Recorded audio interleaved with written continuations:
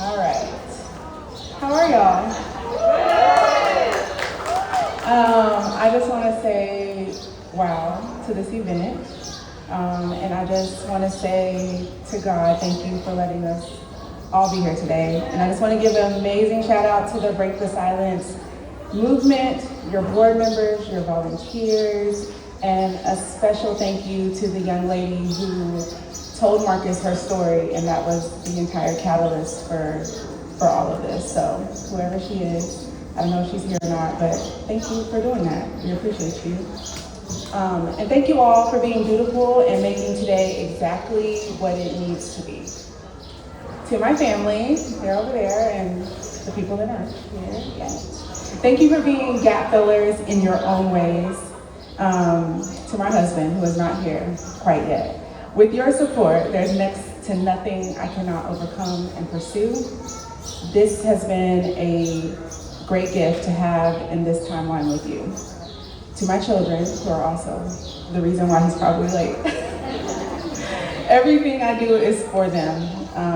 The future world you all will live in, and I love them in always is what I say. I've been going back and forth about this exact moment. I've been rehearsing it, I've been rewriting it, I've been sending Marcus messages, I've been saying it in my head, and then deciding maybe I won't say anything at all.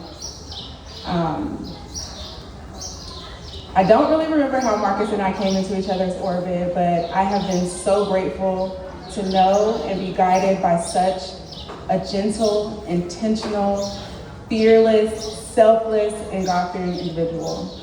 I called him and he kept calling me back. Following up, circling back, and keeping connecting. We probably have hundreds of voice memos going back and forth, me crying, him reassuring me that everything will be just fine, and that all of the pain and all of the heaviness that I've been experiencing will be worth it in this moment. All right. What you do, Marcus, I don't know where he is. There you are. What you do is God work, and it's absolutely nothing short of it. Real quick, can I pray with y'all for a minute? God, thank you for being with us and for us. Thank you for loving us in the times we feel alone and forgotten. Thank you for the reminder of your omnipresence.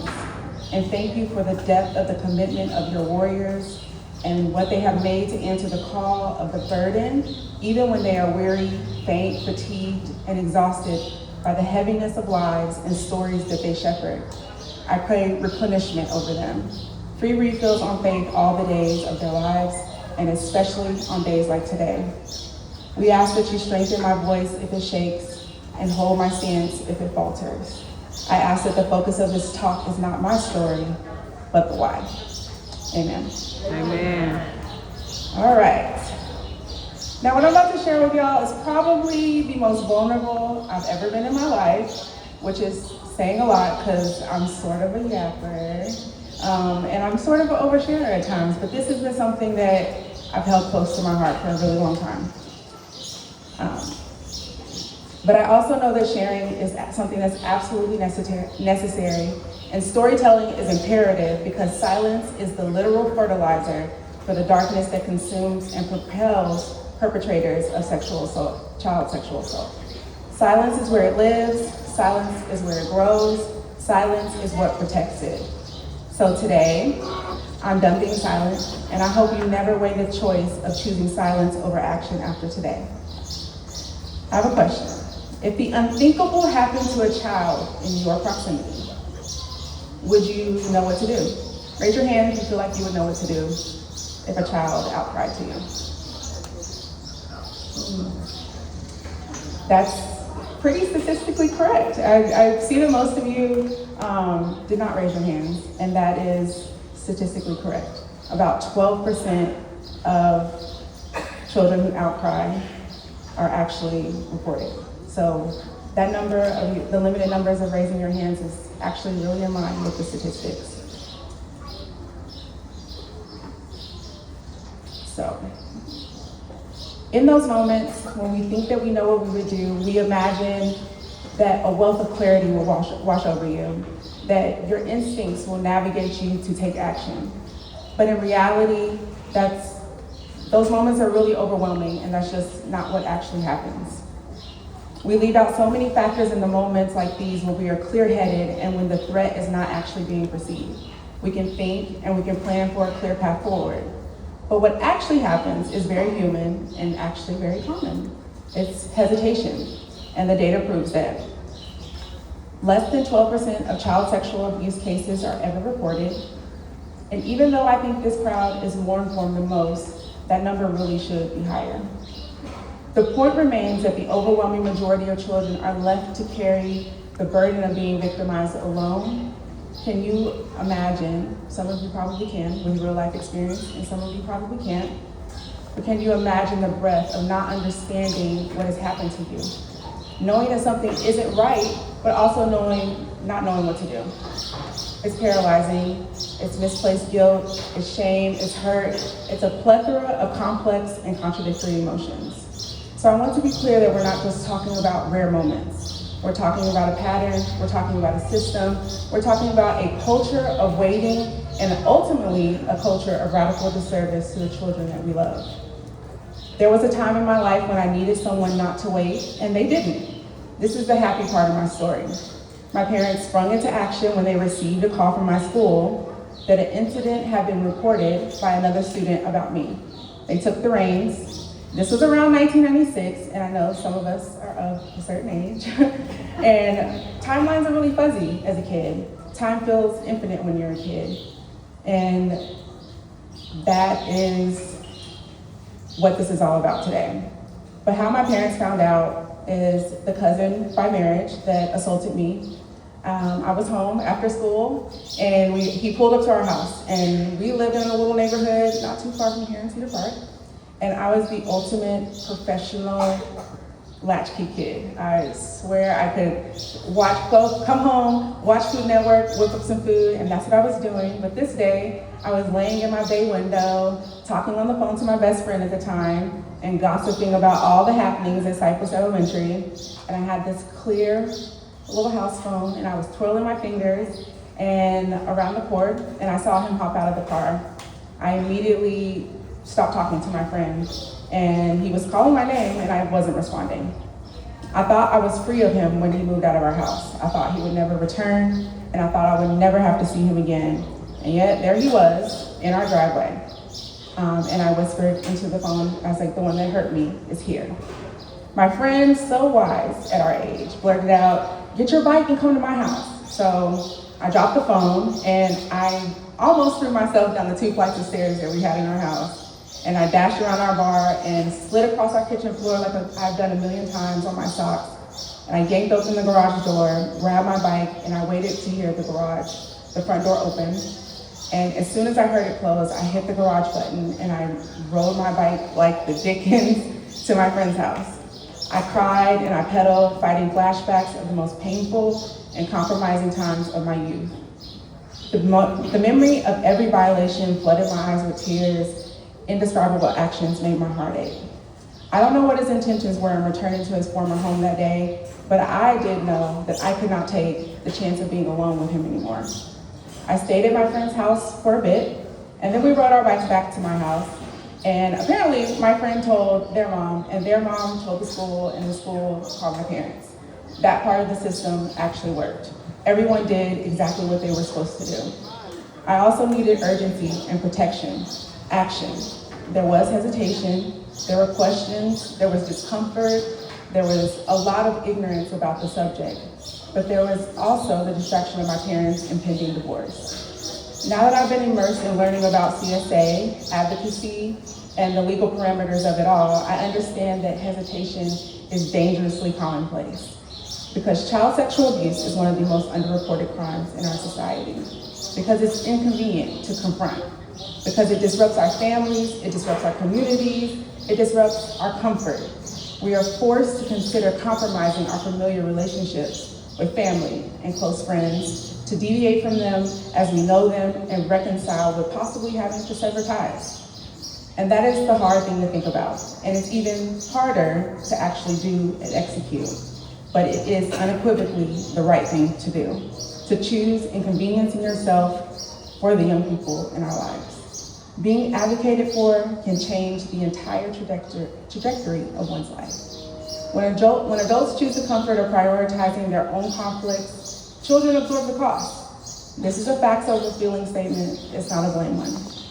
Children do not just pay for in the moment, they pay for a lifetime. Psychologically stunted, emotionally warped, and learning that boundaries can be breached so young can set you up to be tested and tried by people and in life. I am most certain I can pinpoint several scenarios in my life which I likely would have made better choices if I had not had this fracture in my developmental years. And that was almost 30 years ago. And I've done a tremendous amount of emotional and spiritual work to convert my despair into fuel and to develop a will to live, despite the pain and trauma fighting to consume every inch of my life. I have tirelessly learned to transmute tragedy into triumph, and I don't want to spoil the ending for you all, but I did not get justice. Everything I said was just a factor in that. By the time I was ready to pursue justice, it was too late. After years of literal therapy, countless sessions to run the scenario of pursuing justice, I let life's happenings intervene. The year after my father passed, it was my 32nd year of life, and he was my hero. His life force evaporated the year before the statute would end on my 33rd birthday. We have been attending therapy together, and the subject of this had been coming up because he felt it was important that the information he collected at the time was fed to me in a way that didn't derail the progress of my mental health. My dad had done a lot. There was a polygraph that he got conducted independently and reports he made independently, but I still did not get justice. Not because it didn't happen, not because it wasn't the truth. We had a written confession that they traced his number to. I had a recorded confession taken with the Williamson County detective and evidence that corroborated my story and the timelines. But the law said I had waited too long. The criminal statute of limitations in the state of Texas had expired for child sexual assault at the time of which this crime was committed against me in the 90s. 2007 to present, the criminal statute of limitations has been removed for most child sexual assault cases.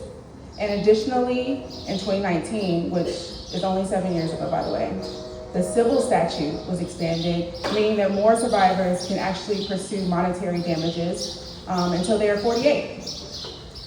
With the caveat being that anything prior to 2019, like mine, is still limited to the 15 years after turning 18, which is age 33.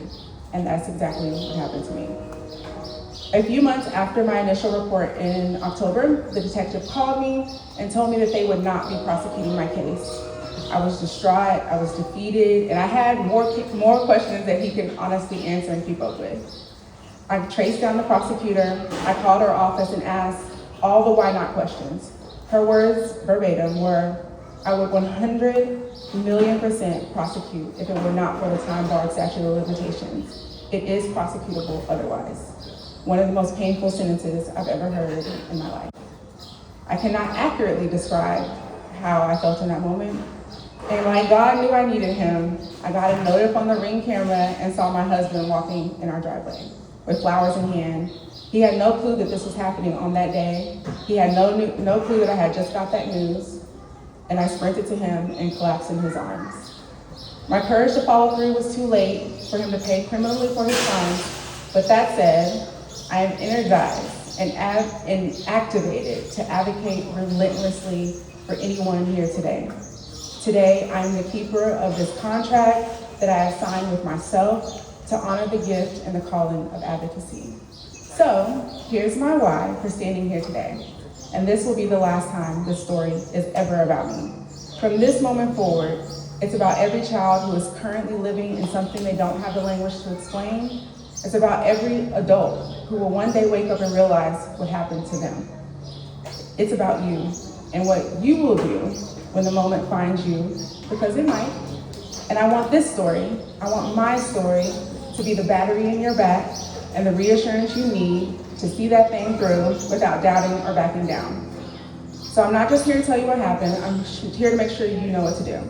And in true fashion, I was inspired by Marcus, and I created a little framework that I hope will change advocacy for adults and how they help and support children. My childhood nickname is Shuggie, S-U-G-G-I-E, given to me affectionately by my mother. And because in moments like these, you don't just rise to the occasion, you fall back on what you know. So Shuggie, S stands for stay calm and secure safety. Because this may be the first time that a child has ever told anyone, and for many children, it may be the only time. And you can be the one to get it right for them the first time. The U is for urgency. That is the entire name of the game. This is not a wait and see moment, because many children never disclose child abuse at all, and on average, the age is 52 when they disclose. So what do? The moment matters.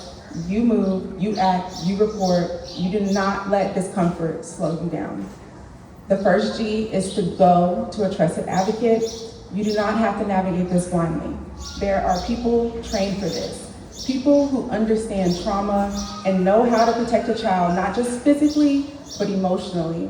And a lot of those people are here today and represented by a lot of these vendors.